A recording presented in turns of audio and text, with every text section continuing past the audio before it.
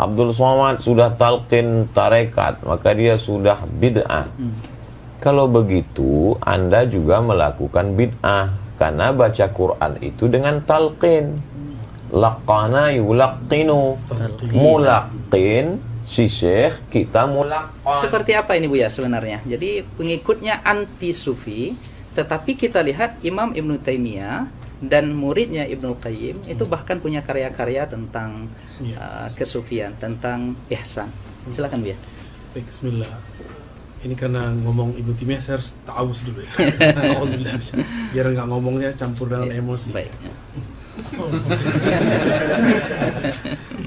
Syekh Ibnu Taimiyah tidak perlu meragukan terhadap keabsahan ilmu tasawuf, dan tersebarnya Islam di negara kita adalah karena jerih payah para ulama sufi.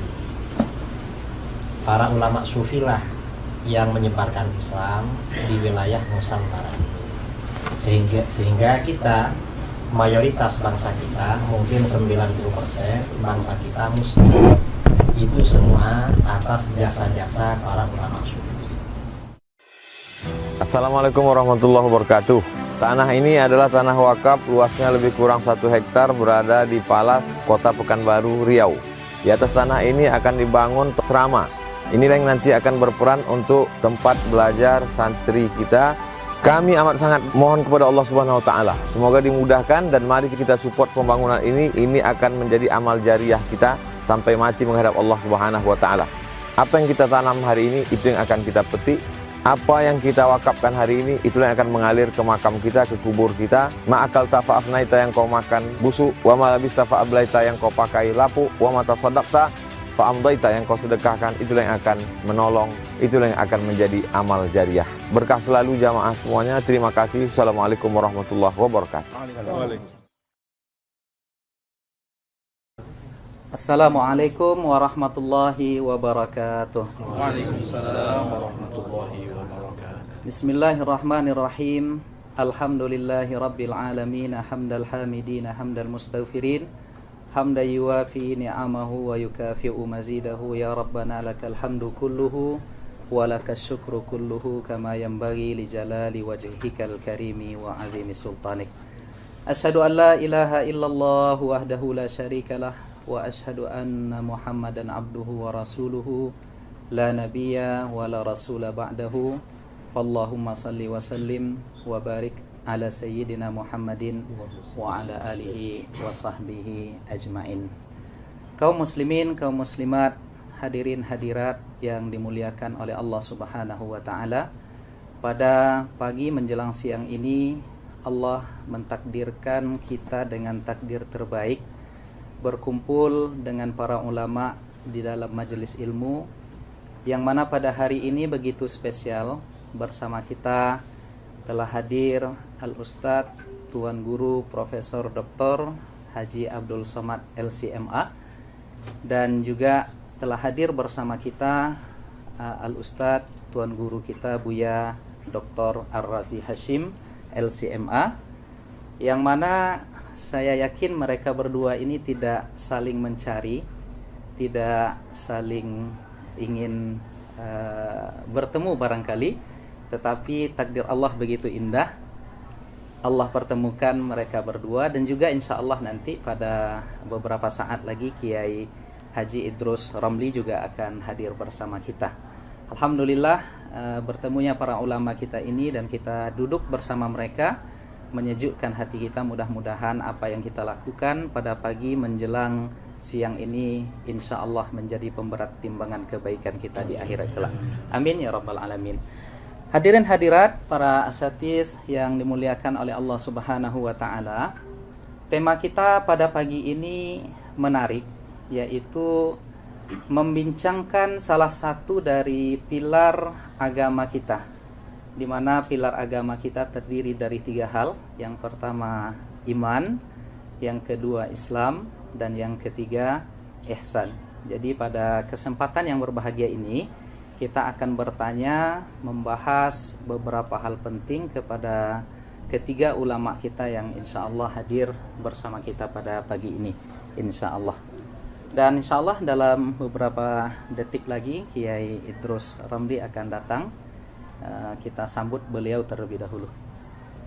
Insya Allah. Baik. Ahlan wa sahlan Kiai.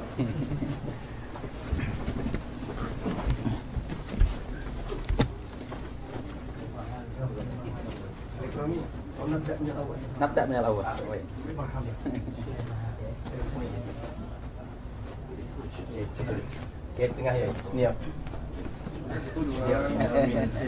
Baiklah hadirin hadirat yang dimuliakan oleh Allah Subhanahu wa taala, para asatiz yang hadir di majelis pada hari ini.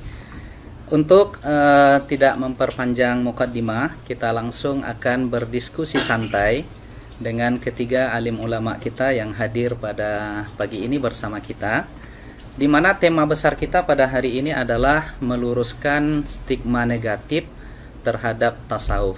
Ada beberapa pertanyaan yang akan kita bagikan kepada para alim ulama kita pada pagi ini. Yang pertama barangkali akan kami tanyakan terlebih dahulu kepada saya belakangan. Saya akhir-akhir. Mungkin kepada Kiai.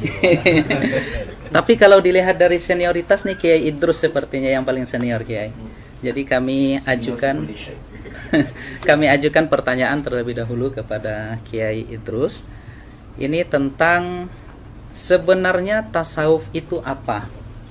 Apa bedanya tasawuf dengan akhlak, tazkiyatun nufus, ihsan, daqaik, raqaik, haqaik, dan lain sebagainya, Kiai?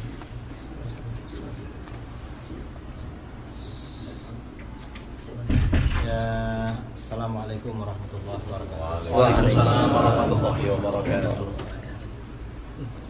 Tasawuf itu nama satu disiplin ilmu. Dibilang akhlak ya memang akhlak, dibilang ihsan ya ihsan, kemudian dibilang raqaik juga raqaik, ya terserah. Cuma yang populer memang tasawuf, dan orang-orangnya disebut sufi. Karenanya tidak ada orang disebut akhlaki, nggak ada. Yang ada ya memang sufi.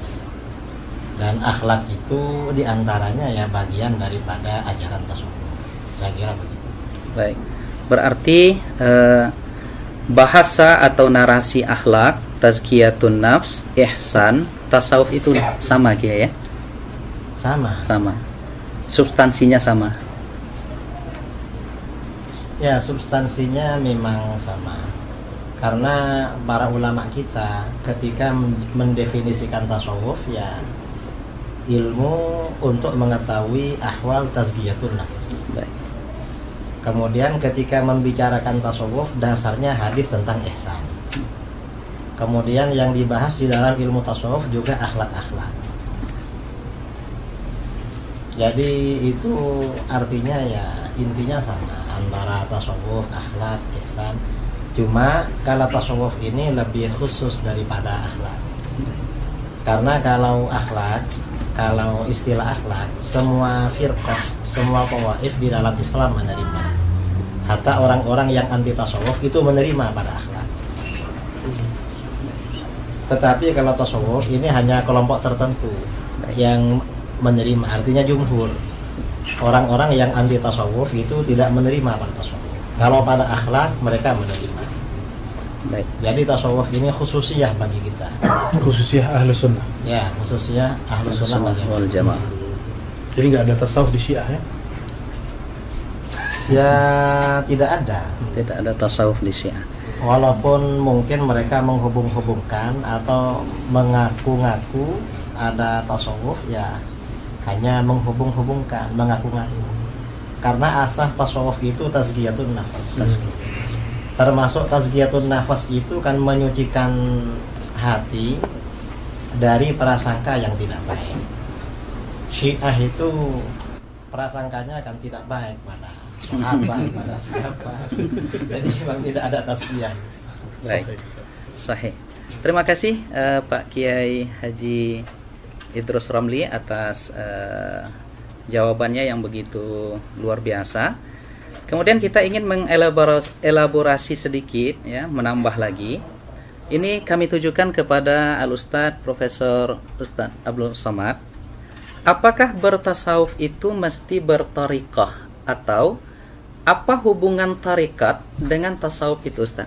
Silahkan, tafadhol, Ustaz. Bismillahirrahmanirrahim. Assalamualaikum warahmatullahi wabarakatuh.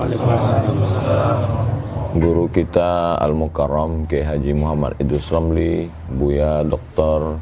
Ar-Razi Hashim. Terima kasih moderator kita Al-Mukarram Ustadz Dr. Zul Ikrami. Bersama kita juga ada Imam Besar Masjid An-Nur Pekanbaru Riau, Al-Mukarram Ustadz Dr. Zul Hendri Rais, dan para asatis yang tak dapat disebutkan satu persatu. Ada mutiara di dalam lautan. Mutiara itu berada di dalam kerang, terang benderang. Tidak mungkin bisa mengambil mutiara itu kalau tidak naik sampan. Sampannya itu adalah syariat. Lalu kemudian dia mesti berenang. Berenangnya itu adalah tariqat. Lalu kemudian laut, ada lautnya. Lautnya itu adalah hakikat. Lalu setelah dia naik sampan, berenang di laut. Kalau berenang di darat, itu buaya darat. Masuk dia ke laut itu, tenggelam dia, basah dia, nampaknya mutiara itu didapatkannya. Maka itulah dia ma'rifat. Tentu dengan proses yang panjang. Ketika Al-Ghazali, Abu Hamid ditanya, apa itu ma'rifat? Kata Imam Al-Ghazali, nurun yaqdhifullahu fi qalbi abdih. Cahaya yang ditembakkan Allah, dipancarkan ke dalam hati seorang hamba. Buah daripada riyadhahnya, buah daripada melawan hawa nafsunya yang zahir dan yang batin. Itulah dia. Lalu kemudian apapun nama kapalnya, ada kapalnya kebetulan dinakhodai oleh Syekh Al-Imam Bahauddin Naqsyabandi, maka kapal itu namanya kapal Naqsyabandiyah. Kebetulan nakhodanya namanya Al-Imam Abdul Hasan Asy-Syadzili, nama kapalnya Syadziliyah. Kebetulan nama nakhodanya Al-Imam Abdullah Asy-Syattari, nama kapal itu Syattariyah. Nama nakhodanya Muhammad bin Abdul Karim Samman, nama kapalnya Sammaniyah. Semua kapal-kapal ini berada di lautan La ilaha illallah Muhammadur Rasulullah. Maka insya Allah akan sampai. Jadi yang tidak sampai, yang tidak melewati jalan, atau dia bersikut-sikutan di jalan itu, maka itu yang tidak sampai. Makanya ketika para masyayikh itu bertemu, maka mereka bertemu karena memang diawali dari, kalau kata Al-Imam Syekhul Islam Zakaria Al-Ansari, kata dia ini adalah ilmun, suatu ilmu, yu'rafu bihi, dengan ilmu ini bisa diketahui ahwali tazkiyatin nafs. Setelah tazkiyatin nafs, tasfiyatil akhlaq. Setelah itu ta'miril zahir wal batin. Puncaknya adalah linailis sa'adatil abadiyah. Jadi kalau ada orang mengatakan saya tidak bertarekat, langsung saja kita tanya nama dia. Nama kau siapa? Nama saya, kebetulan dia orang Melayu, Atan misalnya. Berarti dia sudah membuat namanya tarekat Ataniyah. Dia membuat jalan sendiri. Kalau saya tak sanggup, saya membuat jalan. Maka dalam akidah saya ikuti jalan Al-Imam Abul Hasan Al-Asy'ari. Dalam masalah fiqih saya ikuti jalan Al-Imam Muhammad bin Idris Asy-Syafi'i. Dalam masalah tasfiyatil qalb, saya ikuti jalan Al-Imam Bahauddin An-Naqsyabandi. Lebih selamat. Wallahu a'lam. Terima kasih Prof. Abdul Somad atas analogi yang luar biasa tentang tariqah, hakikah, dan ma'rifat tadi. Sekarang kita kepada Abuya Dr. Ar-Razi Hashim, masih turunan tentang pertanyaan tadi. Jadi jika begitu Buya, jadi tariqah itu sesungguhnya apa? Lalu yang kedua, di dalam tariqah itu ada istilah yang kita dengar, yang jamak kita ketahui, yaitu istilah suluk. Nah, kemudian selanjutnya kita juga mendengar ada bai'at terhadap torikoh tertentu. Nah, ini bagaimana sesungguhnya, Bu ya? Dipersilahkan. Izin Pak, ya. Ya. Izin Syekh Musa. Ya, betul. Ada kata suluk ya, ada bai'at, Ada bai'at, torikoh. ada torikoh. Tadi sudah sangat gamblang disebutkan torikoh itu jalan. Jadi kalau bahasa saya sederhana, mau jadi dokter tapi nggak kuliah, bisa nggak? Nggak bisa. Nggak bisa. Nggak bisa. Mau usul kepada Allah tapi tidak bertorikoh. Nah, dalam torikoh itu seperti tadi Syekh Abdul Somad mengatakan ada renangnya, ada cara berlayarnya. Cara itu disebut metodologi. Metodologi itu kemudian diturunkan dalam bentuk suluk. Kemarin masih ingat kita waktu duha kemarin baca kitab Tartibus Suluk. Suluk dalam kitab itu bukan suluk dalam pengertian awam. Pengertian awam suluk itu i'tikaf 10 hari, 40 hari. Enggak, semua thariqah punya metodologi tazkiyatun nafs atau tasfiyatul ahwal atau ma'rifatullah. Metodologinya itu kemudian diturunkan dalam sebutan suluk. Maka suluk artinya menempuh jalan. Menempuh jalan. Man salaka tariqan. Jadi pasangannya pasti tariqan. Nah, di situ ada yaltamisu bihi ilman. Nah, ilmu ini macam-macam. Ada ilmu billah, ada ilmu bi ghairillah. Kita bagi dua aja. Nah, tariqah itu suluk ila tariqillah. Suluk jalan, menempuh jalan kepada Allah SWT. Supaya ada komitmen, misalnya kita kuliah masuk dosen tertentu, ada kontrak belajar nggak? Ya. Kontrak belajar itulah bai'at. Baik. Jadi kontrak belajar itu bai'at. Ya.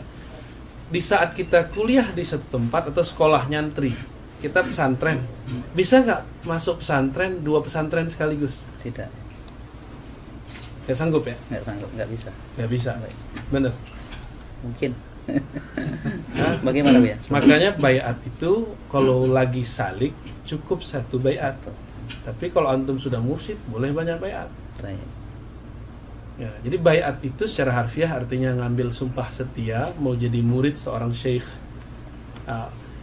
Bai'at ini tidak akan bermanfaat kalau tidak ada mahabbah kepada syekh itu. Zikir yang 40 kali jadi ramah rasanya. Tapi kalau sudah mahabbah, maka zikir 70.000 pun terasa sebentar. Itu yang dimaksud oleh Sidi Abdul Hasan Asy-Syadzili, syaikhuka man la yut'ibuka. Gurumu, ya, syaikhuka man la yut'ibuka. Gurumu yang jika mengajarmu, menyuruh kamu berwirid, tidak membuat kamu terbebani. Jadi kalau kita disuruh wirid 100 kali pagi sore pun dah terbebani, itu bukan mursyid kita, berarti enggak jodoh. Bukan berarti makom dia bukan sampai makom mursyid, kitanya nggak mahabbah sama orang itu. Maka untuk suluk supaya tidak keluar-keluar, tidak balik-balik, perlu ada bai'ah.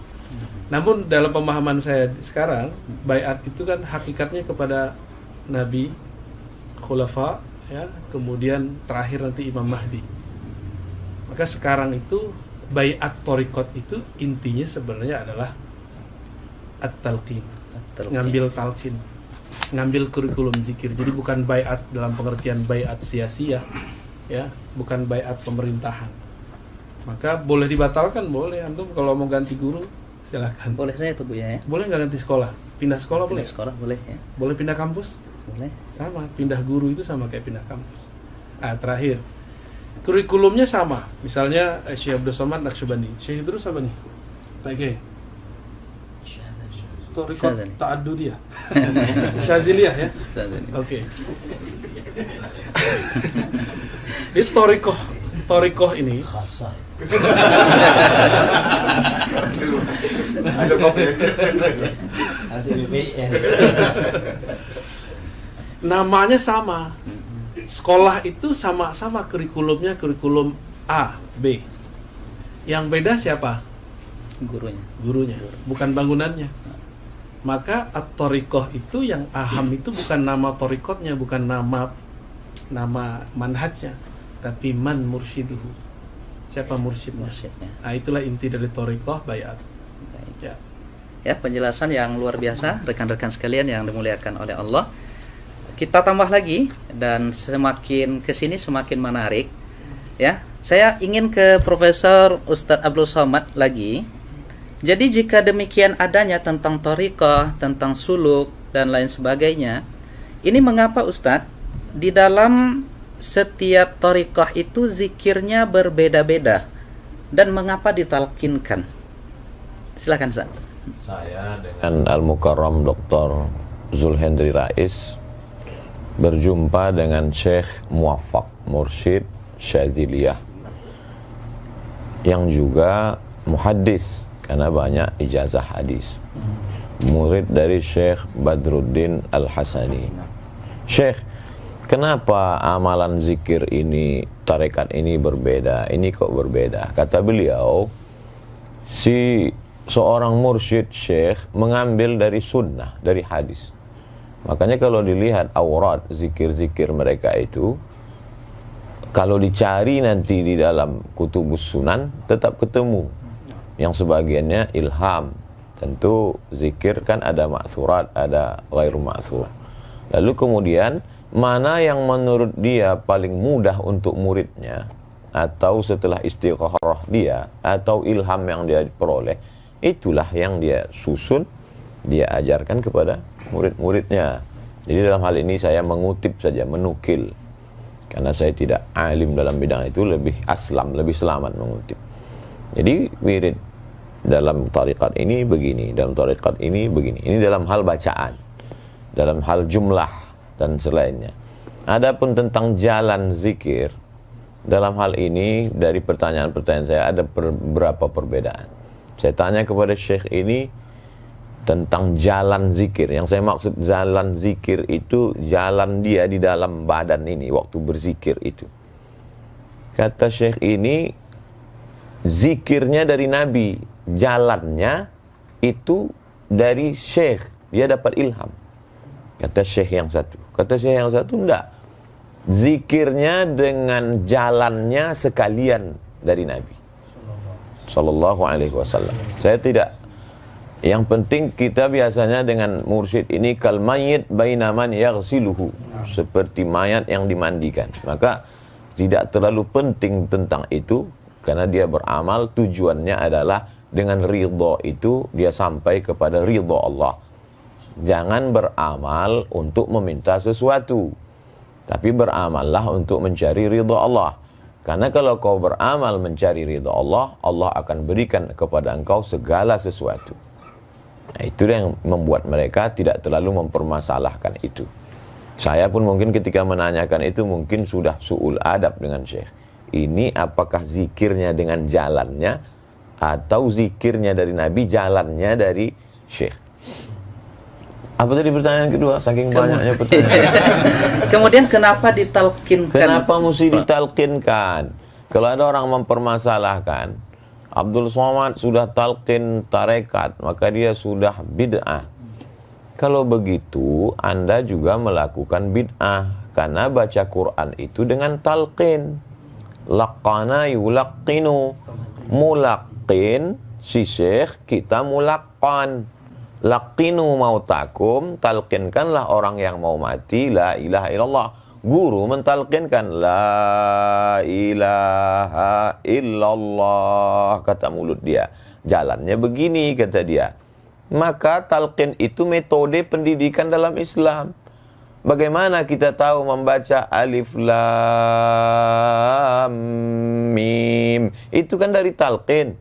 Kalau dari PDF, alama, alam nasrah dengan alif lam mim sama tulisannya. Syekh Muhammad Mutawalli Sya'rawi pertama tahfiz Quran kan gitu, di komplainnya gurunya.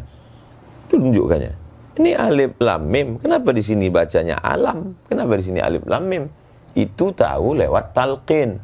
Belajar hadis pun melalui talqin. Jadi kalau ada orang mempermasalahkan talqin dalam zikir, maka bermasalahlah semua ilmu kita ini. Jadi talaqi, musyafahah itu adalah nama lain dari talqin. Hadis, akidah, kita ini rata-rata kita bertalqin ke guru kita. Maka siapa yang tak bertalqin berarti dia dapat dari mana? Dari buku. Tahammul wal ada, level yang paling rendah adalah wijadah. Wijadah ketemu. Ketemu di mana? Ketemu di buku, walaupun itu diakui. Tapi dia tetap mesti bersambung. Dalam hal zikir, dia tidak sekedar ilmu, tapi di sana ada mauhibah. Di sana ada barokah. Di sana ada faid, limpahan. Limpahan-limpahan dari tuan-tuan guru, itulah yang kita harapkan. Maka dengan duduk ini mudah-mudahan kita semua mendapatkan limpahan faidul barakah dari Kiai Idrus Ramli, dari Buya Ar-Razi Hashim. Tapi yang paling banyak mengharapkan ini pasti barokah dari Kiai Idrus Ramli. Termasuk Buya Ar-Razi pun ingin mendapatkan. Wallahu a'lam. Terima kasih Prof. Abdul Somad ya yang sudah menjelaskan dengan begitu gamblang ya tentang sebegitu indahnya. Jadi apa yang disampaikan oleh Ustaz Abdul Somad dengan Buya Ar-Razi Hashim dengan Kiai Idrus Ramli tadi, sesungguhnya apa yang kita tanyakan dengan seluruh jawaban mereka tadi menampakkan keindahan pilar ketiga di dalam ajaran agama kita itu, yaitu tentang ihsan. Nah, kalau begitu Kiai, saya ingin ke Kiai Idrus Ramli lagi. Mengapa ada stigma miring terhadap tasawuf, atau banyak yang menyesatkan tasawuf ini Kiai, dan bahkan dengan tegas mereka katakan sufi itu zindik, kemudian sufi ini adalah orang-orang yang tidak terikat dengan Al-Quran dan Sunnah, dan mereka adalah ahlul bid'ah. Ini mengapa ada stigma dan kesan seperti itu Kiai? Silahkan Kiai. Ya, terima kasih ya. Stigma sebagian orang bahwa tasawuf itu sesat, zindik, itu kebanyakan karena mereka tidak tahu. Jadi kata Imam Ghazali dalam kitab Yahya, sering beliau sampaikan, an-nasu a'da'u ma jahilu. Manusia biasanya memusuhi apa yang mereka tidak tahu. Coba mereka tahu, tidak akan begitu. Seperti misalnya juga seperti sebagian orang-orang ya, orang-orang yang tidak suka tasawuf, bilang bahwa ajaran-ajaran tasawuf itu bertentangan dengan Al-Quran dan Sunnah. Padahal orang sufi itu paling rajin baca Quran. Paling rajin baca. Syaratnya sufi harus rajin baca Quran, rajin zikir, rajin sholat. Itu kan dari Al-Quran Sunnah semua. Kemudian juga masalah bertentangan dengan Sunnah. Dan ilmu tasawuf seperti disampaikan oleh Imam Junaid Al-Baghdadi. Ahlus Sunnah ini imam mazhabnya dalam tasawuf Junaid bin Muhammad Al-Baghdadi. Imam Junaid Al-Baghdadi mengatakan ilmuna hadza muqayyadun bil kitab was sunnah. Ilmu kita ini diukur, dipagari, dibatasi, diatur dengan Al-Quran dan Sunnah. Bahkan ya kata balik artinya apa? Seorang ulama sufi, seorang mursyid itu harus ahli tafsir, harus ahli hadis. Kalau tidak ahli tafsir, tidak ahli hadis, maka gak bisa menjadi teladan dalam ilmu tasawuf. Itu kata Imam Al-Junaid Al-Baghdadi. Dan para ulama sufi ini dasar-dasarnya kembali pada Al-Quran, pada Alkitab dan Sunnah, lebih dari itu.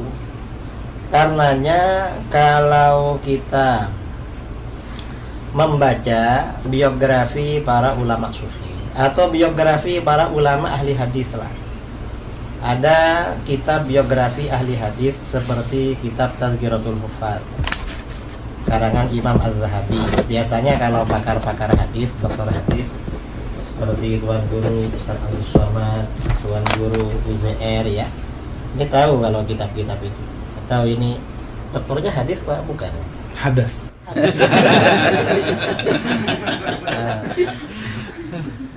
Akidah. Dokternya di akidah. Ya Bu ya. Ya, Di akidah. Saya kira ahli hadis. Ya. Hadisnya di Darus Sunnah ya. Bukan Hadrat Akbar. Dia berjumuah. Itu banyak kita jumpai para ahli hadis terkemuka itu justru ulama sufi. Baik. banyak para hufad ya. Jadi level tertinggi dalam ilmu hadis tuh biasanya kan yang mendapat gelar hafid, hufad lah. Itu yang level tertinggi. Kalau di sekolah mungkin S3, doktornya tuh hafid itu. Nah, itu yang sufi itu banyak sekali. Ada misalnya kita kalau baca kitab sering Rawahu Abu Nu'aim. Abu Nu'aim ini orangnya sufi dan beliau menulis biografi para ulama sufi dengan metode ahli hadis yang berjudul kitab Hilyatul Auliya. Kitab Hilyah ini bisa dikatakan kitab tasawuf, bisa dikatakan kitab hadis. Bagi muhaddis cocok karena memang standarnya mulai dari sanad-sanad, kemudian dari manhaj yang disampaikan itu ahli hadis. Dikatakan kitab tasawuf cocok juga karena dari awal memang pembelaan terhadap ajaran tasawuf. Jadi kitab Hilyatul Auliya. Atau misalnya siapa lagi ya yang ahli hadis seperti Ibnul A'rabi, itu juga ahli hadis tapi sufi ahli hadis. Dan masih banyak yang muhaddis yang sufi, yang perawi kitab Sahih Muslim. Sahih Muslim ini sanadnya sampai kepada kita itu melalui ruwat yang sufi. Gak ada yang selain sufi. Kalau ilmu tasawuf dibatalkan, habis semua riwayatan kita terhadap kutubus sittah ini habis semua putus. Karena ulama sufi memang yang mengemban itu. Kemudian lagi ya, ada yang mengatakan bahwa di kalangan tasawuf itu ada kelompok zindik. Yang zindik itu mungkin itu yang disebut dengan dakhil, oknum. Jadi dia sebenarnya bukan betul-betul sufi, tetapi tasawuf dijadikan kedok untuk menyebarkan kezindikannya. Nah, untuk oknum-oknum seperti ini bukan hanya di kalangan sufi, di kalangan ahli hadis ada juga. Makanya di kitab-kitab mustalah hadis ya, ada hadis-hadis palsu ahdatsat uzzanadiqah yang dibikin-bikin oleh orang-orang zindik. Dan ini gak bisa kelompok zindik yang membuat hadis-hadis palsu lalu kita jadikan stempel untuk merusak semua ahli hadis misalnya. Loh, ahli hadisnya ternyata zindik, padahal ya cuma oknum. Oknum itu ya di mana-mana. Di mana-mana ada. Di kalangan ahli kalam yang zindik ya juga ada. Kalangan ahli hadis ya ada. Hatta di kalangan fuqaha yang punya pendapat syad itu juga ada. Di mana-mana ada memang. Dan kita ya menilai sesuatu itu standarnya secara umum, secara ghalib, bukan pakai standar yang syad, yang oknum-oknum itu. Saya kira itu ya. Kalau masalah thariqah, sebenarnya kita semua ini berthariqah. Saya kalau thariqah dalam istilah ini tasawuf, thariqahnya secara tabarruk syadzili. Tapi kalau thariqatul hayah, thariqah kehidupan saya seperti dari guru-guru saya selalu menyampaikan thariqatuna at-ta'allum wa ta'lim. Thariqah saya ini belajar dan mengajar. Ada guru-guru mau ngajar kita dengar. Ada orang-orang mau belajar sama kita, ya kita ajari. Itu thariqah kita memang. Baik, terima kasih Kiai Idrus Ramli atas penjelasan yang begitu luar biasa. Saya akan ke Buya Ar-Razi Hashim. Jadi turunan dari ajaran thariqah itu Buya, dan kita sering diserang di sini. Dan anehnya lagi saya lihat, yang saya perhatikan, mereka juga sesungguhnya ini persoalan robitah. Jadi ada yang menyerang kita dalam persoalan robitah, tetapi sesungguhnya mereka berrobitah. Allahumma innaka ta'lamu anna hadhil quluba qad istama'at, dan itu mereka sebut juga sebagai kawan-kawan kita sebagai doa robitah. Nah, sekarang robitah itu apa Buya? Dan apakah betul robitah itu dalam tanda kutip mempertuhankan guru? Kadang kita di ribat-ribat di majelis kita itu ada foto-foto guru kita, dan kita dituduh oleh sebahagian sahabat-sahabat kita ini mempertuhankan, mengqadasahkan guru. Nah, jadi bagaimana ini Bu ya? Silakan Bu ya. Ya, para pembenci tasawuf itu kurang mengerti bab cinta. Rabithah itu adalah alaqatul hub baina syekh wal murid, baina al-murid wa syekh. Jadi hubungan cinta antara guru, murid dan guru. Seharusnya rabithah itu, jadi kita bagi ada ar-rabithah al-kubra, ada ar-rabithah as-sughra. Yang paling pantas kita ikat cinta itu hanya kepada Allah. Allah hanya bisa lewat Rasulullah. Maka rabithah yang kubra itu cuma kepada baginda Rasulullah SAW. Namun karena kita tidak bertemu Rasulullah, maka Nabi mengatakan, tuba liman ra'ani, tuba liman ra'ani. Kalau enggak bertemu aku, kan tadi beruntung yang bertemu aku melihat aku. Ya sudah, tuba liman ra'a man ra'ani. Itu rabithah. Itu dalil rabithah yang pertama yang paling sahih. Ya. Dan disebutkan di riwayat Ahmad, Nabi mengulangnya sab'an. Berarti 7 kali. Liman ra'a man ra'a man ra'a man ra'a. Berarti 7 generasi. Ya. Terus dalam hadis Imam Ibnu Majah ada yang semakna, Ahmad juga ada, Abu Nuaim dalam Hilyah tadi disebut oleh Pak Kiai Idrus. Nabi ditanya 2 lafaz, man awliyaullah, yang kedua man khairun nas. Apa jawaban Nabi? Man idza ru'u dzukirallah. Itulah dalil rabithah terkuat. Dan cara rabithah ada di situ. Siapa yang jika dia dipandang, divisualkan, diingat, maka mengingat mereka, memandang mereka, menghantarkan kita kepada Allah Subhanahu wa taala. Itulah rabithah yang hakiki. Ya. Dan itu mesti bersanad. Ya. Mesti ditalkinkan. Ya. Jadi itu dalil rabithah. Apa masih kurang? Iya. Artinya semua amalan-amalan yang ada atau praktek di dalam dunia tasawuf itu ada dalilnya dari Al-Qur'an dan Sunnah Ibu ya. Nah, sekarang ru'u kan dipandang. Dipandang. Karena kita susah membayangkan guru, boleh nggak kita ambil foto guru taruh di rumah? Iya. Boleh nggak? Boleh.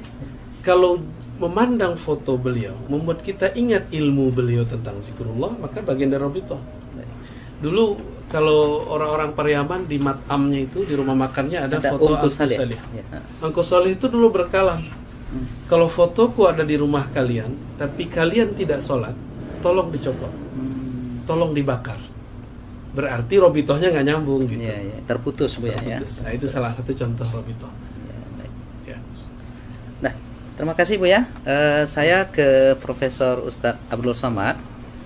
Jadi Ustadz, di dalam pengamalan tasawuf itu ada di antara teknik zikir itu yang mereka berdiri Ustadz. Mereka berdiri, dan ini saya pernah menyaksikan beberapa kali, terutama di Sudan ada tariqah samaniyah yang mereka berzikir la ilaha illallah itu berdiri dan berkeliling. Nah, jadi ini seperti apa sebenarnya Ustaz? Karena ini kita yang mengamalkan ini juga diserang, dituduh dan bahkan dibid'ahkan juga. Silakan Ustaz. A'udzubillahi minasyaitonirrajim. Alladzina yadhkurunallaha qiyaman. Mengingat Allah berdiri. Wa qu'udan, kemudian duduk, wa ala junubihim, kemudian berbaring. Karena memang posisi manusia, siapapun dia, dimanapun dia, tak keluar dari 3 itu: berdiri, duduk, dan berbaring. Semuanya yadhkurullah. Mereka mengingat Allah Subhanahu wa ta'ala. Mulutnya menyebut, hatinya mengingat, dan akal serta seluruh tubuhnya mengagungkan yang disebut itu, Allah Subhanahu wa ta'ala. Jadi ada juga orang mulutnya menyebut tapi perbuatannya seperti tidak mengagungkan Allah Subhanahu wa ta'ala. Adapun ketika dia bergoyang tubuhnya, maka ada, kalau kita menikmati sesuatu ada ekspresi. Kalau kita ini diberikan minuman, andai ada minumannya, maka minumannya sama, ekspresinya berbeda. Misalnya Ustadzul Hendri ekspresinya matanya misal Ustadz Abdul Somad misalnya Masya Allah. Kiai Idrus tentu dia punya khas karena Buya Ar-Razi itu ekspresi itu tidak dibuat-buat. Kalau dibuat-buat namanya tasannu, dibuat-buat. Jadi Al-Imam Al-Qushairi dalam Ar-Risalah Al-Qushairiyah dalam pembahasan tentang as-sama, ketika mereka mendengarkan lantunan syair zikir, lalu kemudian terjadi ekspresi di tengah orang yang mendengar dan mengikuti itu atau hadrah. Kalau ekspresinya itu murni karena zauq dia, karena Allah, maka berarti itu memang pemberian Allah, hibah. Tapi kalau dia ternyata sengaja tasannu, membuat-buat supaya dikagumi orang, supaya disangka sudah wusul, padahal dia belum apa-apa, maka dia sudah kadzib, dusta, bohong. Jadi kalau kita kenal orangnya, kenal saya Ustadz Zulhendri misalnya, saya tahu pendidikannya, saya tahu keilmuannya, saya tahu amalnya, terjadi sesuatu pada dirinya, saya tidak akan tuhmah, saya tidak akan menuduh beliau sudah melakukan tasannu, membuat-buat. Tapi kalau ada yang jahil, kita sudah tahu, itu kekeliruan adalah ketika menghukum generalisir, diambil sampelnya si jahil tadi. Itu secara ilmiah tidak benar. Kita mau meneliti Masjid Ar-Rahman. Apakah masjid ini cukup standar menurut standar Kota Pekanbaru dan Riau? Lalu ketika kita sholat Jumat di sana, pulang, sendal kita hilang. Lalu yang kita ungkap di seminar adalah sendal hilang itu. Itu kita tidak adil. La yajrimannakum syana'anu qaumin ala alla ta'dilu.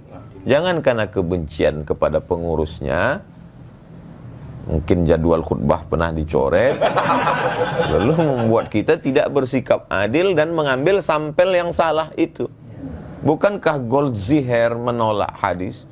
Dia katakan itu hanya produk abad kedua, hanya karena dia melihat beberapa kekeliruan kecil yang diluruskan oleh Syekh Muhammad Mustafa A'zami. Berarti salah. Jadi kalau ada orang menilai tasawuf salah dari kasuistik tadi, maka sesungguhnya metodologi yang dia pakai sama dengan metodologi Goldziher. Jadi keliru. Jadi dalam hal tentang dia menggoyangkan kepala atau menetes air matanya adalah ekspresi terhadap zauk, cita rasa. Untuk merasakan kopi saja kadang perlu puluhan tahun. Untuk merasakan nikmatnya makanan, pakaian perlu. Bagaimana dengan rasa? Tentu itu melalui proses riyadhah yang panjang. Makanya ketika orang mau mengikut zikir selalu saya tanya, Ustadz saya mau talqin zikir, kau tinggal di mana? Saya di Rokan Hulu. Oh, pergilah ke Pondok Darussalam. Di sana ada Buya Alaidin yang secara tariqat mu'tabar dan beliau alim Azhari. Oh, saya dari Pelelawan, ada di sana Buya Somad, anak beliau, adik kelas saya Ustadz Zul, imam di Masjid Agung, dan dia alim, faqih. Jadi kita arahkan kekeliruan, kesalahan adalah ketika orang yang baru taubat 2 hari, ikut berzikir, diangkat menjadi khalifah, mursyid, lalu itu merusak tasawuf. Karena maka kalau banyak orang bertasawuf, bahkan dosen tasawuf, tapi tidak bertasawuf. Sama seperti di Mesir dulu zaman kami ada namanya Dr. Ala. Dr. Ala itu komentator bola, S3 bola, tapi tak pernah main bola. Itu jadi ketemu ada orang yang beramal tasawuf tapi tidak berilmu. Ada orang berilmu secara teori tapi tak bertasawuf. Beda dengan Mesir. Syekh Doktor, Profesor Dr. Ahmad Omar Hashim, rektor waktu kami dulu belajar, itu mursyid. Dan dia mensyarah Sahih Bukhari. Alim. Nah itu, jadi perlu, alhamdulillah hari ini para kiai, para buya, para orang alim bertasawuf. Inilah yang akan meluruskan tasawuf. Wallahu a'lam. Terima kasih Prof. Abdul Somad yang semakin luar biasa penjelasan-penjelasan dari semua narasumber, Tuan Guru kita. Jadi saya tertarik kembali menanyakan ini langsung ke Buya Ar-Razi Hashim. Apa yang disampaikan oleh Ustadz Abdul Somad tadi, kenyataannya di tengah masyarakat kita lihat Buya, ada yang bergabung ke thariqah, masuk ke majelis tawajuh itu setelah itu dia ingin kebal peluru, kebal senjata tajam, yatiru fis sama wa yamshi 'alal ma. Terbang di atas awan, berjalan di atas air. Nah, jadi apa bedanya karena kita sering dituduh ini terus nih, Bu ya. Bahwa orang yang gabung itu tuh pengen dapat ini. Nah, jadi apa sesungguhnya beda tasawuf itu dengan kebatinan? Iya. Al-Imam Abu Hamid Al-Ghazali pun nulis kitab tentang Fadaih Al-Batiniyah. Fadaih Al-Batiniyah. Batiniyah ini cabang dari Syiah Ismailiyah yang terputus, yang kemudian berkembang lama di Mesir juga ya. Dan justru mereka lah yang bikin Al-Azhar tempat untuk kuliah itu. Kemudian oleh Salahuddin Al-Ayyubi, murid Syekh Abdul Qadir Al-Jilani, itu di tajdid, direvisinya. Apakah tasawuf itu membuat orang sakti? Itu kali pertanyaannya. Enggak, tasawuf itu mendekat kepada yang maha sakti. Apakah tasawuf bikin kebal? Bukan, tasawuf itu biar antum kebal neraka nanti. Ketika ada hadis Bismillahirrahmanirrahim la yadurru ma'asmihi syai'un fil ardi wala fis sama', ya. Itu hadis kan dipakai kan untuk silat, debus. Itu boleh minta burhan namanya, minta bukti. Ya Allah, kalau memang betul doa ini tembus ke badan, maka tidak ada lagi mudarat langit dan bumi. Tapi jangan sering-sering. Maka lakukan sesekali aja kayak Nabi Ibrahim.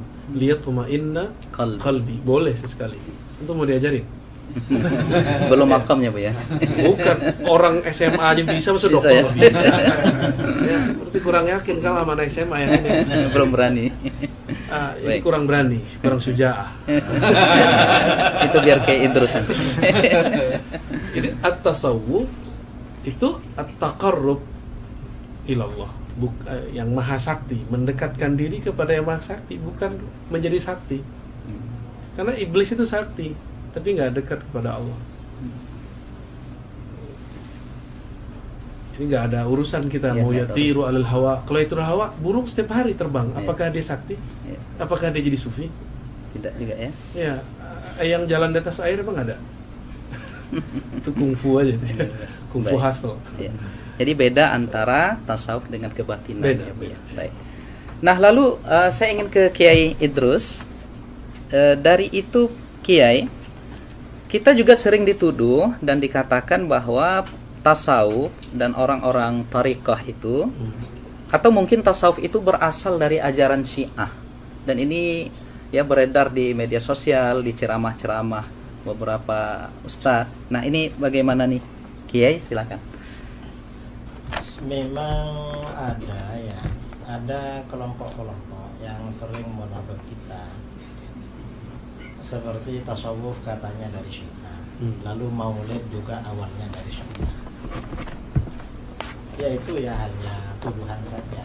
Dan Syiah juga suka mengklaim, bahwa semua disiplin keilmuan dalam Islam yang mengawali dulu Syiah. Usul fikih katanya pertama kali dari Imam Ja'far Shadiq. Terus tafsir ya juga begitu. Semuanya dari Syiah. Nggak ada sama sekali selain Syiah. Padahal dalam sejarah peradaban Islam, Syiah itu selalu tertinggal dari mazhab-mazhab yang ada di dalam Sunni, misalnya mazhabul arba'ah. Contoh ya, kita kembali pada tafsir Al-Quran. Setelah mazhabul arba'ah, Hanafi, Maliki, Syafi'i, Hambali, masing-masing punya disiplin kitab Ahkamul Quran. Beberapa ratus tahun kemudian Syiah baru ngarang. Lambat peradabannya, tapi ya Syiah mengklaim. Dan ini kelompok yang nggak suka dengan kita, anti Syiah sebenarnya. Kadang percaya sama Syiah. Anti Syiah, tetapi berita dari Syiah mereka terima gitu. Mereka terima. Ya, karena mengapa? Ya karena mereka agak suka aja sama kita sebenarnya. Jadi dibilang dari Syiah. Ada lagi yang lebih parah dari itu. Tasawuf itu katanya dari Yahudi. Ada yang bilang tasawuf itu katanya dari Hindu, dari mana. Itu lebih parah lagi, tuduhan-tuduhan seperti itu. Padahal ya enggak. Coba kita baca di Muqaddimah Hilyatul Auliya. Hilyatul Auliya, Imam Abu Nuaim menulis kitab Hilyatul Auliya itu kan untuk menjelaskan kalau tasawuf itu tidak identik dengan kebatinan. Tasawuf itu tidak identik dengan inhilal minas syariah, melepaskan diri dari ajaran syariat. Tidak. Tasawuf itu tidak identik dengan aliran-aliran di luar Ahlus Sunnah, tidak. Karenanya beliau menjelaskan di dalam kitab Hilyatul Auliya. Jadi kalau itu dibilang dari Syiah ya Tidak tepat.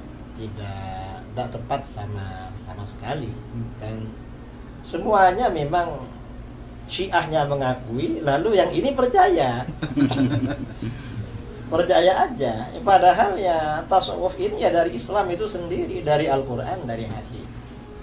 Kalau kita mempelajari tasawuf, misalnya kitab Ihya karangan Imam Al-Ghazali. Kitab Ihya ini kajian utama di pondok-pondok, termasuk kurikulum wajib.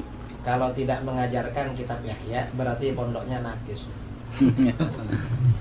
Karena itu syaratnya pondok itu harus ada kitab Ihya. Coba baca di kitab Ihya. Hampir semua abwab di kitab Ihya itu dalilnya qala Allah Ta'ala. Lalu setelah itu wa amal ahadits. Setelah itu amal athar. Enggak ada pernyataan misalnya qala Syiah. Enggak ada begitu. Atau qala al-batiniyah. Qala al-hunud, orang Hindu. Enggak ada begitu. Semuanya Al-Qur'an hadis. Kalau kita pelajari itu di kitab Ihya itu sangat lengkap. Tidak perlu membuka syarah. Di Ihya hanya lengkap sekali. Semua persoalan dalilnya Al-Qur'an, Sunnah. hadis, asar ulama salaf. Ada semua. Saya dari tadi disuruh jawab tuduhan-tuduhan terus.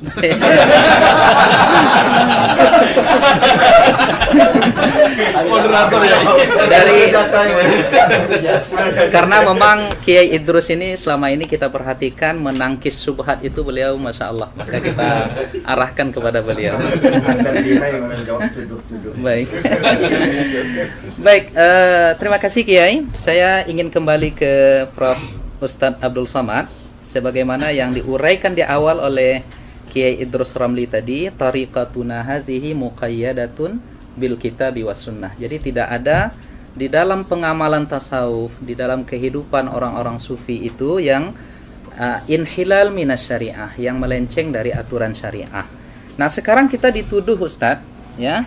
Katanya seorang sufi apabila telah yakin sampai makrifat, ya itu bahasa mereka, itu diperbolehkan meninggalkan kewajiban-kewajiban syariat. Apa benar begitu, Ustaz? Mohon pencerahan. Ada seorang wali Allah, dia punya murid-murid. Murid itu pun diambil dari bahasa tasawuf. Arada yuridu, murid, orang yang punya keinginan yang kuat. Begitulah kuatnya pengaruh tasawuf di Indonesia. Sampai yang tidak ikut tasawuf pun disebut juga murid. Jadi bagi yang tidak suka tasawuf itu susah sekali. Nanti di sekolahnya tidak boleh pakai murid. Bid'ah. Nah, itu. Lalu kemudian murid-murid ini dia bawa ke majelis yang dikatakan wali tadi. Dia sedang berada di dalam masjid, sedang berzikir. Begitu mereka sampai, tiba-tiba yang dikatakan wali di dalam masjid tadi meludah di dalam masjid. Ya busuku, meludah. Langsung dia membawa murid-muridnya pulang. Ayo kita pulang, ini bukan wali Allah, tapi wali syaitan. Kenapa? Karena mukhalafat, meludah dalam masjid itu bertentangan dengan sunnah. Itu disebutkan Imam Al-Qushairi yang kita baca Ramadan tahun lalu. Jadi betapa mereka berpegang kepada sunnah. Kemudian ada satu kitab yang ditahqiq oleh Syekh Abdul Halim Mahmud. Dia dianggap sebagai sufi modern, menjabat Syekhul Azhar, dapat gelar doktor dari Sorbonne, Prancis. Dosen pembimbingnya Louis Massignon, Louis Massignon tulisannya. Dalam kitab itu dia bercerita tentang ungkapan-ungkapan mereka. Idza ra'aitar rajul, kalau kau lihat ada orang yatiru fil hawa, terbang di atas awan. yamshi 'alal ma', berjalan di atas air. La taghtar, jangan tertipu. Tapi pandanglah bagaimana istiqomahnya dia dengan syariah. Lalu kemudian kalau engkau masuk ke dalam hutan, sampai di dalam hutan itu tiba-tiba burung-burung yang di atas pokok kayu itu mengucapkan salam.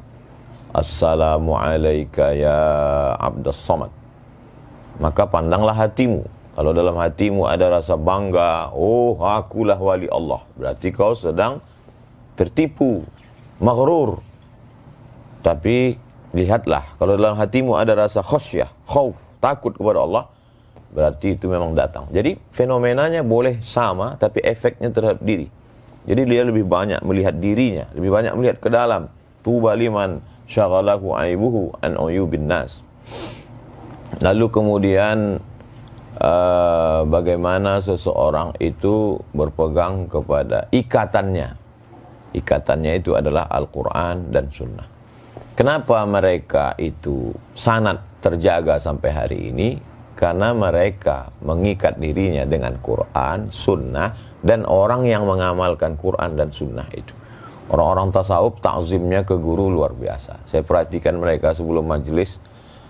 Kalau kita kan baca Fatihah li jami'il mu'minin wal mu'minat muslimin wal muslimat al ahya'i minhum wal amwat min masyariqil ardi ila magharibiha. Selesai satu Fatihah. Kalau kita tengok mursyid-mursyid itu, untuk syekh ini satu Fatihah, untuk syekh ini. Maka mereka ingat nama silsilah itu. Kenapa mereka mudah mengingat sanad itu? Karena dikiriminya Fatihah satu-satu. Karena dia ingat susunannya, urutannya. Dan mereka itulah yang menjaga sanad itu. Itu salah satu bukti mereka berpegang dengan Quran dan Sunnah. Dan juga orang-orang yang mengamalkan Quran dan Sunnah itu. Wallahu a'lam bishawab. Terima kasih Prof. Puas yang sudah menguraikan kepada kita dengan uraian yang juga sungguh luar biasa. Kemudian saya ingin langsung ke Buya Ar-Razi dulu, ya, karena kita lihat kajian-kajian Buya Ar-Razi ini banyak mengokohkan pilar yang ketiga ini tentang tasawuf, tentang kerohanian. Jadi sesungguhnya Buya, jika ada 3 pilar ini, apakah seorang Muslim itu wajib bertasawuf? Mau jawab langsung, Pak? Jawab muter-muter. Langsung Bu ya. Muter dulu dikit nggak apa-apa.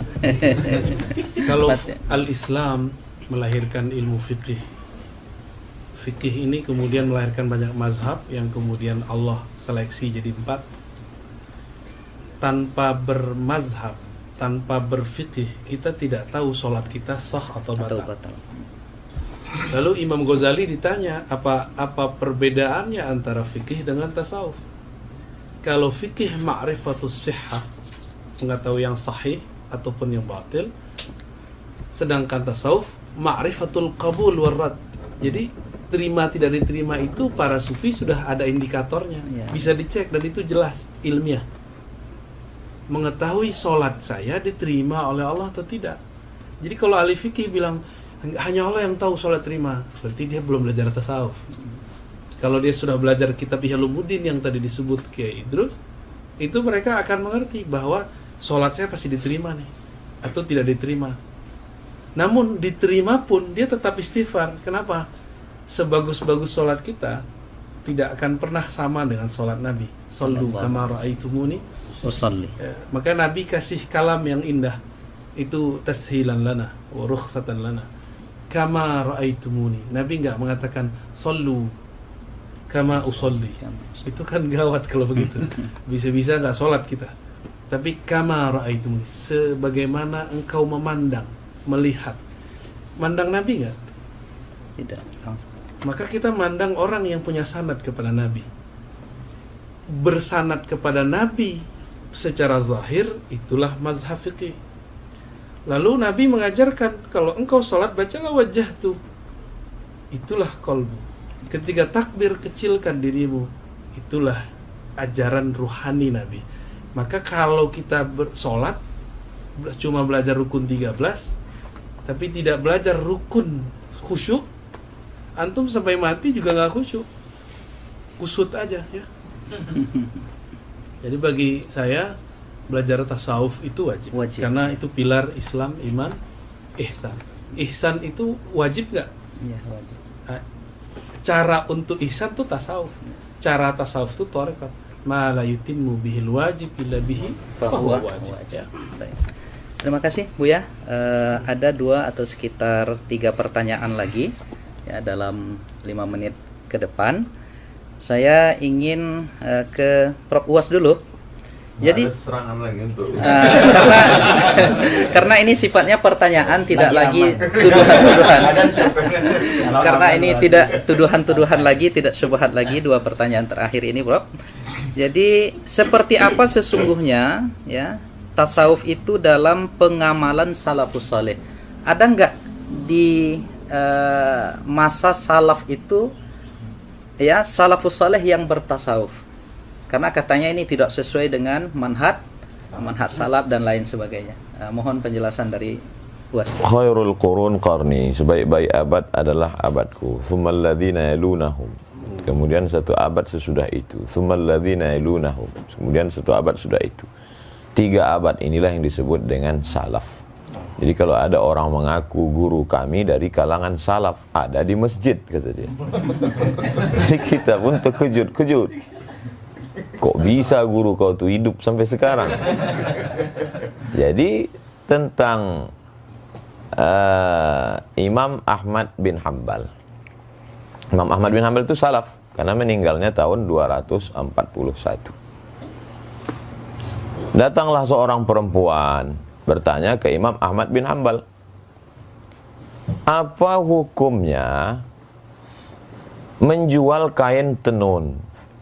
Kain ini ditenun malam, ketika itu lewat tentara, bawa lampu, bawa terang, pas lagi terang itu dia nenun, pas tentara lewat gelap, pas lewat lagi terang tenun. Apa hukum menjual kain ini?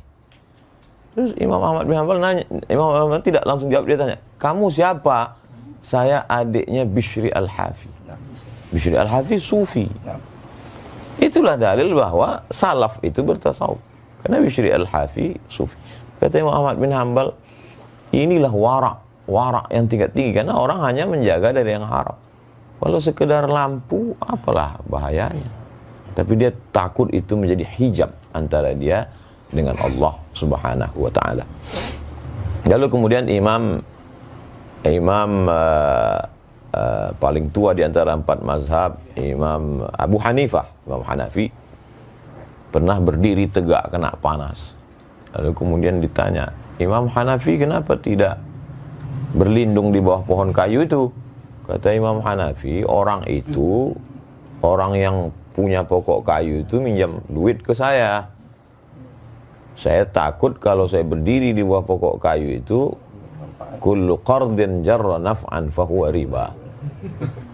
Jadi sampai sehalus itu warak mereka, zuhud mereka. Jadi itulah yang dikumpulkan oleh para ulama, diantaranya dalam Al-Luma' At-Tusi, kemudian dalam Ar-Risalah Al-Qushairiyah, dalam kitab-kitab tasawuf. Kemudian barulah mengkristal susunan yang paling indah kalau dalam mustalah hadis Muqaddimah Ibn Salah, Ramah Hurmuzi sebelum itu, baru cantiknya itu pada Ihya Ulumuddin Imam Abu Hamid Al-Ghazali 505. Jadi kalau orang mengatakan mana salaf itu bertasawuf, ya kumpulkanlah. Nah, ini juga bagi penggemar tasawuf, dia dapat bahan banyak dari dialog kita hari ini. Bisa kumpulkan salaf bertasawuf, dalil-dalilnya, bagaimana mereka wara, zuhud, bagaimana mereka takut kepada Allah dan lain sebagainya. Imam Ahmad bin Hanbal ketika beliau amat sangat wara. Jadi sifat-sifat tasawuf itu ada pada diri mereka, walaupun mereka tidak menyebut dirinya sufi. Kebalikan dari yang sekarang, mengaku sufi tapi sesungguhnya sifat tasawuf jauh. Mudah-mudahan kita termasuk orang-orang yang mengamalkan sifat-sifat tasawuf itu. Amin, ya Allah. Dan kita dijaga Allah SWT. Saya kira demikian. Allah. Baik, terima kasih Prof. Uwas. Ya, berbeda, ada kalam beliau tadi, berbeda dengan hari ini, banyak orang yang mengaku sufi tetapi amalnya jauh dari kesufian itu.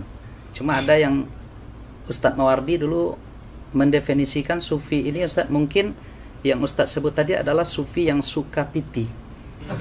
Ada lagi Ustadz Mawardi dulu juga suka film katanya. Nah, jadi yang orang-orang yang Ustadz sebut tadi mungkin sufi yang ke arah situ barangkali. Dakhil.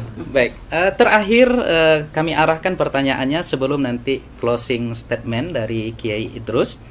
Ya, ini ke Buya Ar-Razi Hashim. Saya tertarik menanyakan ini, Buya, bahwa kawan-kawan kita, asatis-asatis yang mungkin berbeda cara pandangnya dengan kita, itu menilai tasawuf dengan penilaian yang negatif. Padahal hasil sependek pembacaan kami, itu imam mereka, yaitu Imam Syekh Ibnu Taimiyah, itu bahkan di dalam Al-Bidayah dikatakan, saya melihat di sini, at-tabarruk bisyurbi ma'i ghuslih. Jadi bahkan Imam Ibnu Katsir mencatat ketika beliau meninggal, itu air pemandiannya itu diminum oleh murid-muridnya. Nah, bahkan hudurun nisa war rijal, dan bahkan Imam Ibnu Taimiyah ini dikuburkan di Damaskus itu di makbarah sufi ya.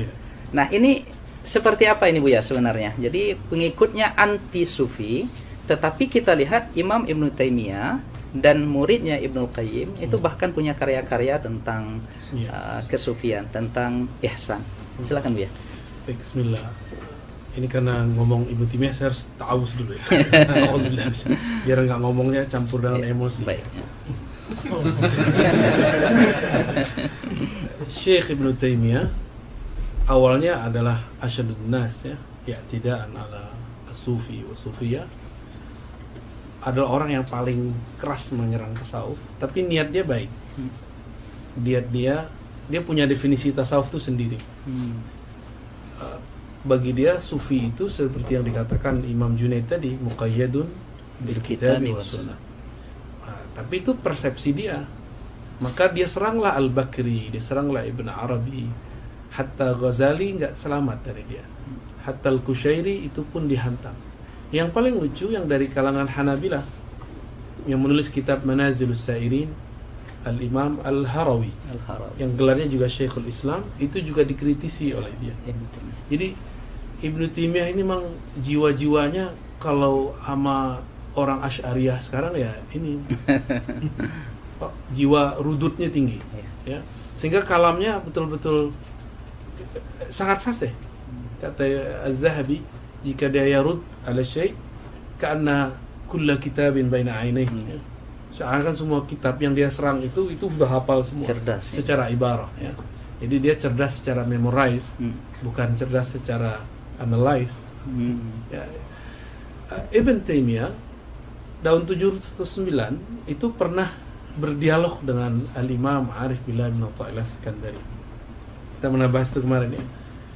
Di situ terjadi dialog. Sebenarnya Ibn Athaillah sedang yunsih ya, memberikan nasihat yang tulus kepadanya. Tapi dipahami oleh Zahabi, Ibnu Katsir sebagai syadidan ala Syekhul Islam. Orang yang keras kepada Syekhul Islam. Emang begitu. Jadi dari dulu antum kalau mau menjawab tuduhan salafi dianggap kita memfitnah. Kalau kita mengkritisi mereka itu dianggap apa? Nyebarin syubhat ya. Menjual syubhat yang menyambar-nyambar. Syekh Ibn Taimiyah ini diabadikan sanad thariqatnya oleh Syekh Muhammad Hafiz At-Tijani dalam beberapa makalah sanad ya. Oh, jadi beliau ini punya sanad thariqat. Dan itu ke Sidi Abdul Qadir Jilani. Jarak beliau dengan Al-Imam Ibn Tijani, Abdul Qadir Jilani. Abdul Jilani itu cuma 2 orang. Beliau berguru kepada, seingat saya namanya Abu Muhammad, kemudian dari Ibn Qudamah langsung daripada Syekh Abdul Qadir Jilani. Jadi Ibn Qudamah itu datang dengan Ibnul Jauzi ke Baghdad 40 hari sebelum wafat Syekh Abdul Qadir Jilani. Hari ke-40 dia wafat, suluk mereka selesai. 40 hari mereka 40 suluk. Maka Imam Ibnul Jauzi mengerti isi Ihya. Ibnu Qudamah pun kemudian menulis tentang abab Tazkiyatun Nufus dalam beberapa risalahnya ya. Ibn Taimiyah nyambung kepada Syekh Abdul Qadir Jilani. Maka dalam Majmu' Fatawa ada 2 jilid, beliau menyebut Syekh Abdul Qadir dengan Sidi Syekh. Sidi Syekh. Terjemahannya apa? Tuan guru. Dan itu istilah tasawuf ya, Ya, Sidi Tuan Syekh. Syekh. Ya, Tuan Syekh Abdul Qadir Jilani dan Abuya. Buya. Sidi. Ada tambahan belakangnya. Qaddasallahu Qaddasallahu sirrah. sirrah. Dan yang paling ajib dalam Madarijus Salikin yang satu jilid tebal itu, Ibnu Qayyim yang menulis memori dia dengan Ibnu Taimiyah dalam syarah-syarahnya. Begitu juga Al-Wabilus Shayyib, dia menyebut Ibnu Taimiyah dengan Qaddasallahu Sirrah. sirrah. Berarti dia sudah mentakdis gurunya sebagai seorang wali, karena Qaddasallahu sirrah itu cuma wali. Mursyidnya belum boleh. Iya. Kalau belum wali ya. Kalau antum wali murid. Jadi Ibnu Taimiyah fi awakhir umri kana yamil ila tasawuf bal yadfa anhu. Jadi beliau di akhir hayatnya memang sudah cenderung bertasawuf karena sudah tidak boleh lagi nulis, tidak boleh lagi berfatwa, dan beliau yakhtimul Quran fi shalah. Jadi khatam Qurannya dalam salat. Ba'da subuh zikir enggak berhenti-berhenti, dan itu cuma amalan sufi. Jadi akhir hayatnya beliau asli bertasawuf. Jadi intinya Ibnu Taimiyah tidak anti tasawuf, dia cuma ingin membersihkan tasawuf versi dia. Lalu mengapa murid-muridnya sampai hari ini pengikut metodologi beliau itu anti dan sangat keras itu Bu ya? Kira-kira apa itu latar belakangnya kira-kira? Li'annahum ma indahum isnad ya. Karena mereka enggak punya sanad. Kalau orang enggak punya sanad fikrah, sanad ijazah, sanad tarbiyah. Mereka enggak punya sanad tarbiyah. Sanad ijazah aja enggak punya kan? Sanad tarbiyah ini paling mahal. Mereka enggak punya sanad tarbiyah sehingga tidak ada yang ngerekam thariqatnya Ibnu Taimiyah. Ketika dikabarkan oleh para masyayikh Ibnu Qayyim nulis Madarijus Salikin, itu Muhammad Hisan itu mentahzir kitab Ar-Ruh. Jangan dibaca kitabnya.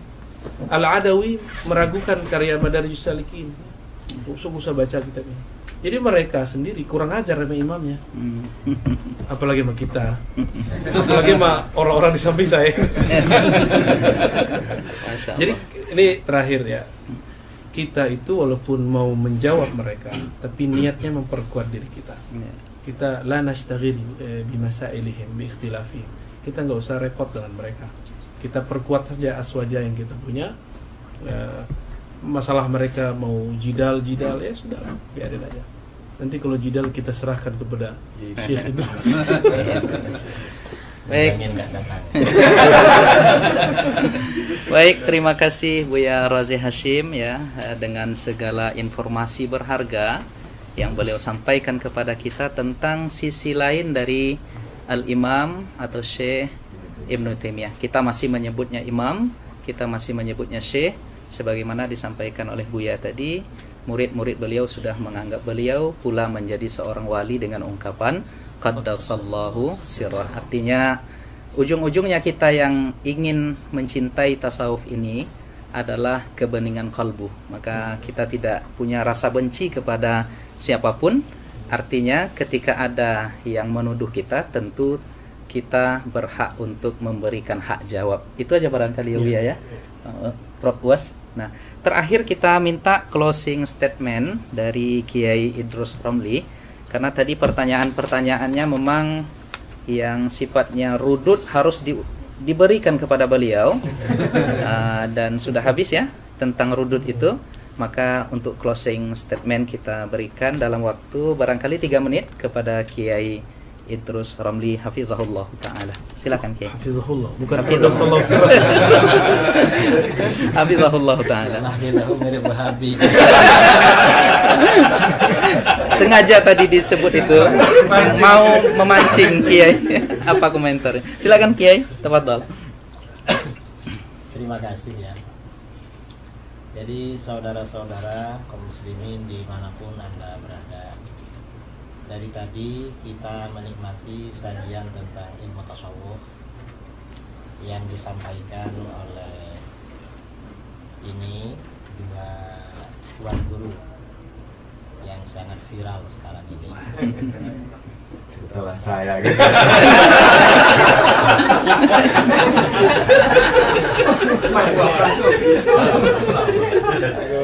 Ada ujungnya. Tuan Guru UAS, kemudian juga di samping saya Buya Dr. Al-Wazi Hashim, dan beliau semuanya doktor. Saya gurunya dokter. Saya ini kawannya. Dokter pilih ijazah. Maaf saja. Bahwa ajaran tasawuf itu adalah ajaran Islam yang murni dan sumbernya dari Al-Quran, hadis, serta pengamalan generasi salaf sejak para sahabat dan generasi berikutnya. Itu ajaran tasawuf. Dan tasawuf ini merupakan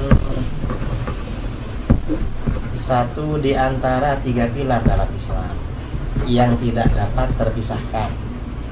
Kalau di dalam hadis yang terkenal dengan hadis Jibril, ada iman, ada Islam, ada ihsan. Iman ini kemudian di dalam agama kita ini diterangkan oleh para ulama dalam ilmu akidah, ilmu tauhid. Kemudian Islam, kemudian menjelma menjadi ilmu fikih. Dan ihsan menjelma menjadi ilmu tasawuf atau ilmu akhlak. Kalau tasawuf ini tidak ada, berarti terdapat kekurangan dalam diri seorang muslim, karena salah satu pilarnya tidak lengkap. Ini masalah tasawuf. Dan tasawuf ini bukan teori, tetapi lebih pada pengamalan. Karenanya para ulama ketika mendefinisikan tasawuf, definisinya beda-beda. Karena yang mereka definisikan itu sesuai dengan ahwal atau apa yang dicapai, yang dirasakan oleh masing-masing. Karena memang tasawuf itu lebih pada pengamalan daripada teori. Karena itu kaum muslimin ya dimanapun berada, ya tidak perlu meragukan terhadap keabsahan ilmu tasawuf. Dan tersebarnya Islam di negara kita adalah karena jerih payah para ulama sufi. Para ulama sufi lah yang menyebarkan Islam di wilayah Nusantara ini. Sehingga kita, mayoritas bangsa kita, mungkin 90% bangsa kita muslim, itu semua atas jasa-jasa para ulama sufi. Kita bersyukur kepada Allah Subhanahu wa Ta'ala, cinta kepada para ulama sufi. Kalau Al-Fakir sendiri, Al-Fakir ya bukan sufi, bukan sufi dalam arti yang diterangkan dalam ilmu tasawuf. Kalau seperti kita ini mungkin muhibbin, kita ini menjadi penggemar, ya, menjadi penggemar, pecinta kaum sufi, itu sudah bagus sekali. Kalau kita ini menjadi sufi betulan seperti para ulama sufi yang dulu-dulu, ya mungkin ya bukan makomnya. Kita ini hanya makom pencinta sufi. Saya kira seperti itu. Dan saudara-saudara gak perlu ragu-ragu dengan kebenaran tasawuf. Kalau ada orang-orang yang tidak suka dengan tasawuf, menuduh-nuduh atau bilang sesat, bilang apa, itu gak perlu didengar. Karena mereka, yang jelas mereka tidak masuk dalam dunia tasawuf dan bukan orang-orang sufi. Saya kira itu dari saya, mungkin mewakili dari 3 narasumber, 2. saya dan 2 kawan ini ya, termasuk mewakili diri sendiri. Terus dilawan. Saya kira itu dari saya.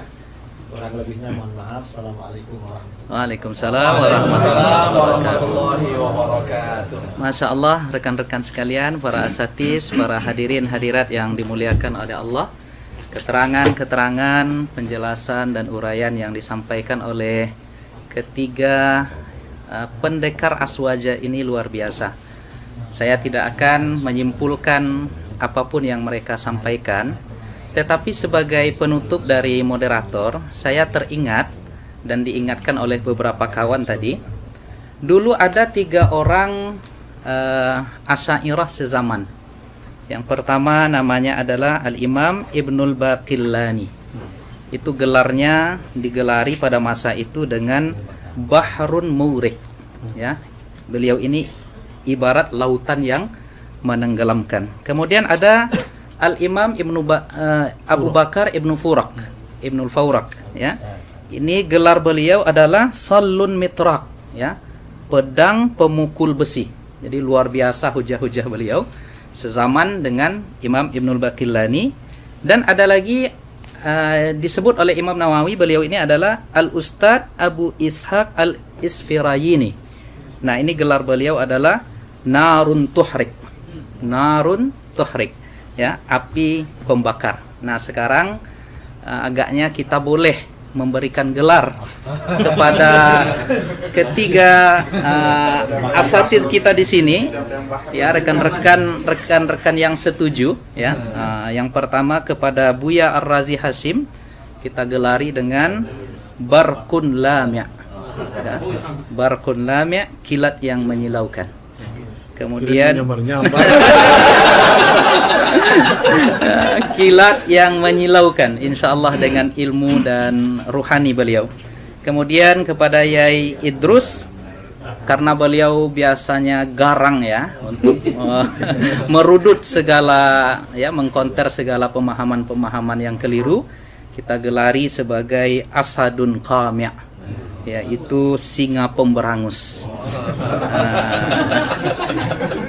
Karena beliau punya syaja'ah, ya.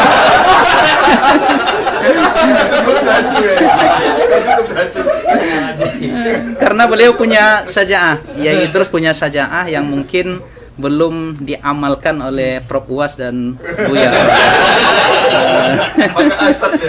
Maka cocok kita sebut sebagai Asadun Qami'.